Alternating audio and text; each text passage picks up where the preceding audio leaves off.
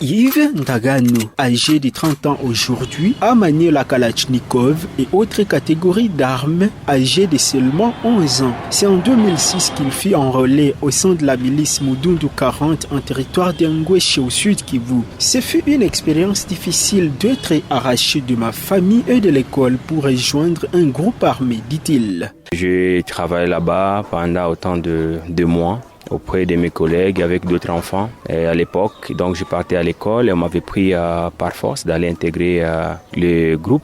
Voilà, on nous avait trompé qu'on va libérer la communauté, mais ce n'était pas le cas. C'était pour des intérêts égoïstes.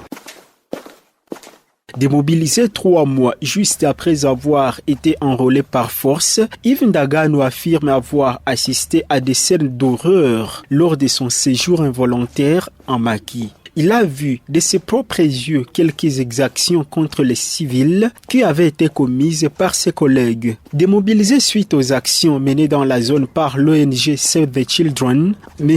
Yves affirme avoir eu du mal à s'intégrer au sein de la communauté. Par le fait d'avoir manié les armes, d'avoir peut-être pris part à quelques attaques contre les habitants de la zone malgré lui, son image au sein de la communauté a été ternie à l'époque où le pays était divisé par les guerres. Des stéréotypes, des préjugés ont constitué un frein pour mon épanouissement personnel après avoir quitté les groupes armés, révèle-t-il. Il y a ma communauté, y compris ma famille, qui m'avait refusé carrément, vraiment. Et voilà, ils avaient l'air image sur moi et que moi je ne savais pas. Tellement que j'étais traumatisé avec tout ce que j'avais vécu.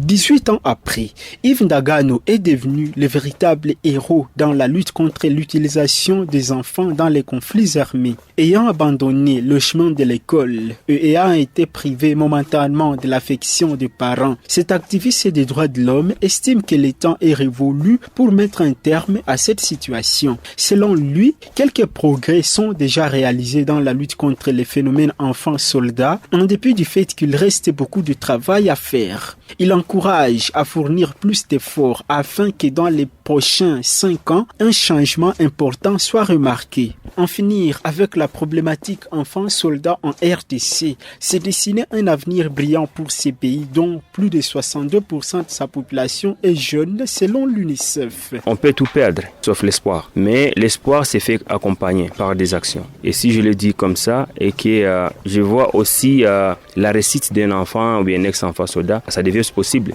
grâce à des formations, grâce à un bon planning des organisations qui travaillent sur le sujet et aussi au gouvernement également. La journée internationale des enfants soldats est dédiée aux milliers de garçons et de filles enrôlés de force dans les groupes armés et la lutte contre ces crimes.